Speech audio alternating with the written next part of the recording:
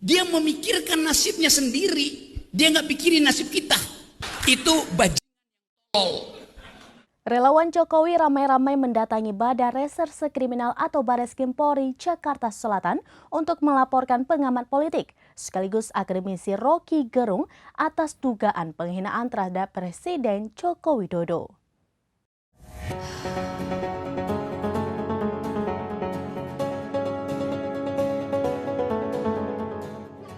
Relawan Jokowi ramai-ramai mendatangi Badan Reserse Kriminal atau Bareskrim Polri Jakarta Selatan untuk melaporkan pengamat politik sekaligus akademisi Rocky Gerung atas dugaan penghinaan Jokowi.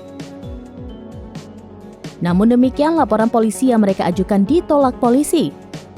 Para relawan diarahkan hanya membuat aduan. Pengacara Bara JP, Ferry Manulang, mengungkapkan alasan kenapa laporan mereka ditolak polisi. Ferry mengatakan jika membuat laporan polisi, maka harus ada klarifikasi dari Presiden Jokowi selaku pihak yang merasa dirugikan. Namun demikian, kepolisian merasa mereka tidak mungkin memanggil Jokowi untuk dimintai keterangan. Sebagai informasi, video yang dipersoalkan oleh relawan Jokowi ialah video berisi Rocky Gerung yang sedang mengisi acara. Dalam video tersebut tampak Rocky Gerung mengucapkan sejumlah kata yang tidak pantas mengenai Jokowi.